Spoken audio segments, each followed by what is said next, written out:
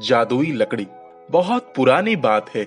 एक विजय नाम का नौजवान गांव की गरीबी से तंग आकर गांव छोड़ने का निर्णय करता है।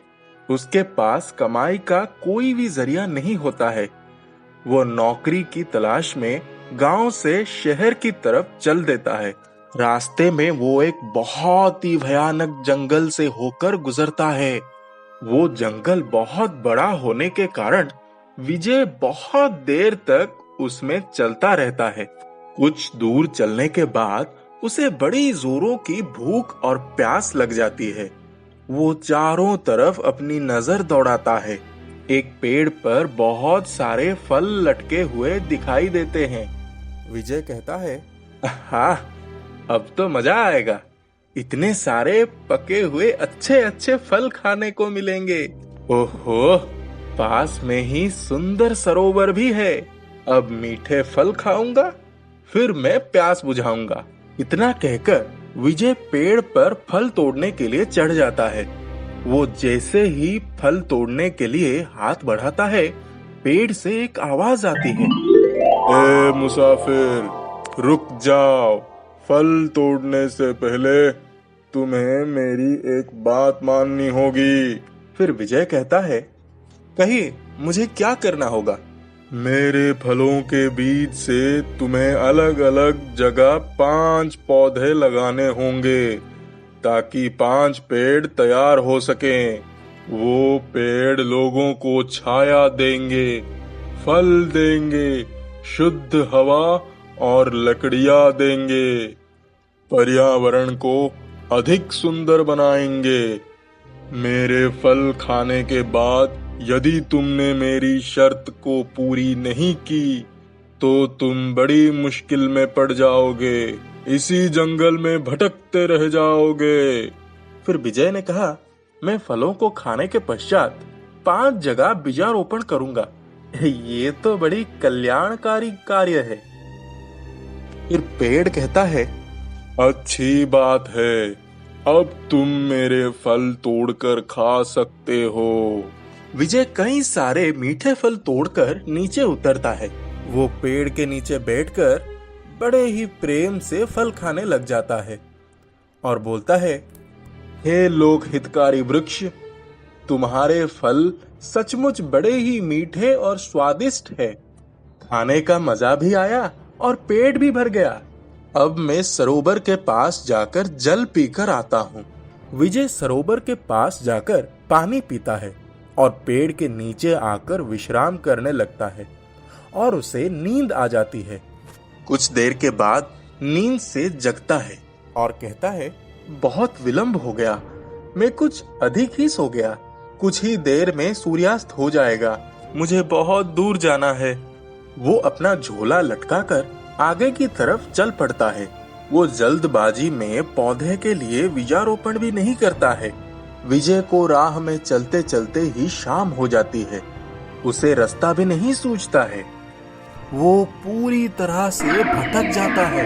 जंगल में भयानक जानवरों की डरावनी आवाजें आने लगती हैं। वो बहुत डरने लगता है। उसे फल वाले पेड़ की बात याद आ जाती है। एक बंदर उसके पास आता है और उसका झोला लेकर पेड़ पर चढ़ जाता है। वो बंदर के पीछे जाता है, लेकिन बंदर एक पेड़ से दूसरे पेड़ पर होते हुए ना जाने कहां चला जाता है। विजय पूरी तरह से असहाय हो जाता है। उसके सारे रास्ते बंद हो चुके थे। उसे बस एक ही आखिरी रास्ता सूझता है। वो लौटकर फिर उसी फल वाले पेड़ की दिशा की ओर चल पड़ता है। पेड़ कहता है, आखिर लौट कर आ ही गए मुसाफिर। फिर विजय कहता है, हे वृक्ष, मुझे क्षमा कर दो। मैंने जल्दबाजी में अपना वादा पूरा नहीं किया, उसकी सजा मुझे मिल गई। इतना कहकर विजय फल के फेंके हुए बीज जाकर उठा लेता है और सरोवर का पानी लेकर 5 बीजों का अलग अलग स्थान पर बीजारोपण भी करता है। वो वहीं पेड़ के नीचे रुक जाता है।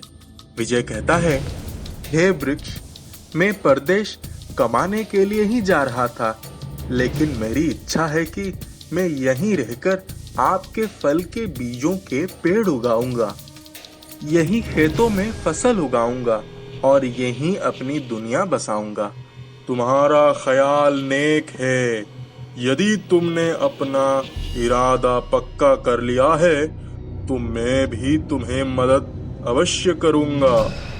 दूसरे दिन से विजय बहुत सारे फलों के बीज आसपास की जमीन पर लगाता है। पेड़ उसे अपने पास बुलाता है और कहता है, हे मुसाफिर, मैं तुम्हारी भावना और कर्म से अति प्रसन्न हूँ, इसलिए तुम्हें एक जादुई लकड़ी देता हूँ। ये लकड़ी तुम्हें हर जगह मदद पहुँचाएगी, तुम्हारी रक्षा भी करेगी। उस पेड़ के चमत्कारी बीज जल्द ही पौधे के रूप में परिवर्तित हो जाते हैं। विजय के खेत में फसल लहलहाने लगते हैं। फसल की कटाई का समय आ जाता है। विजय कहता है, हे जादुई लकड़ी, मेरी फसल की कटाई में मदद करो। जादुई लकड़ी तेजी से फसल काटने लग जाती है। वो पलक झपकते ही सारी फसल काटकर उसके दाने भी अलग कर देती है। इस प्रकार से खेती और फलों से विजय को अच्छी आमदनी होने लगती है। विजय एक अच्छा सा घर बनाकर वहीं ठाट बाट के साथ रहने लगता है। एक दिन खेत में काम करते समय विजय के सामने एक शेर आ जाता है। शेर जोर से दहाड़ता है। सामने इतना बड़ा खतरा देखकर विजय अपनी लकड़ी से कहता है, हे लकड़ी, अब इस शेर की हेकड़ी निकाल दो। ऐसी खातिरदारी करो कि ये दोबारा यहाँ फिर ना दिखाई दे। लकड़ी ने शेर के ऊपर आक्रमण शुरू कर दिया।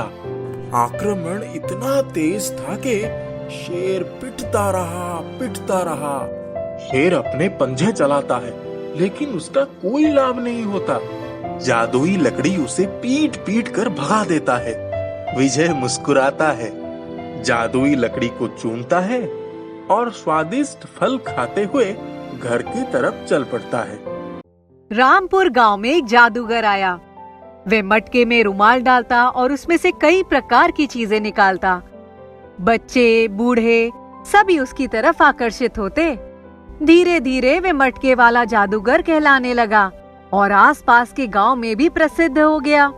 उसे आसपास के गांव में जादू दिखाने के लिए बुलाया जाता था और इसके उस जादूगर को बहुत अच्छे पैसे मिलते थे। धीरे धीरे वे जादूगर बहुत पैसे वाला हो गया। उसने रामपुर में अपना बहुत बड़ा घर बना लिया। पैसे के साथ वे बहुत घमंडी भी हो गया। वे अपने घर के आसपास भी किसी को भटकने नहीं देता था। एक दिन की बात है, एक मुसाफिर गांव से गुजर रहा था। उसने जादूगर का घर देखा और मोहित हो गया। वह बहुत थका हुआ था और आसपास उसको रुकने का कोई स्थान नहीं मिल रहा था। उसने जादूगर के घर में प्रवेश किया और बोला, कोई है? भाई, कौन हो तुम और इस घर में कैसे घुस आए? जल्दी यहाँ से चले जाओ, अगर जादूगर आ गया तो तुम वापस नहीं जा पाओगे। मुसाफिर कुछ समझ पाता इतने में जादूगर आ गया और उसने मुसाफिर को देखा और नौकर से वहाँ से जाने के लिए कहा। कौन हो तुम और मेरी इजाजत के बिना अंदर कैसे आ गए? मैं बहुत भूखा और प्यासा था और मुझे आसपास कोई घर नजर नहीं आ रहा था, तो मैंने आपका घर देखा और यहाँ चला आया। अच्छा, और तुमने सोचा कि मैं तुम्हें खाना खिलाऊंगा और पानी पिलाऊंगा? और ऐसा कहते हुए जोर जोर से हंसने लगा।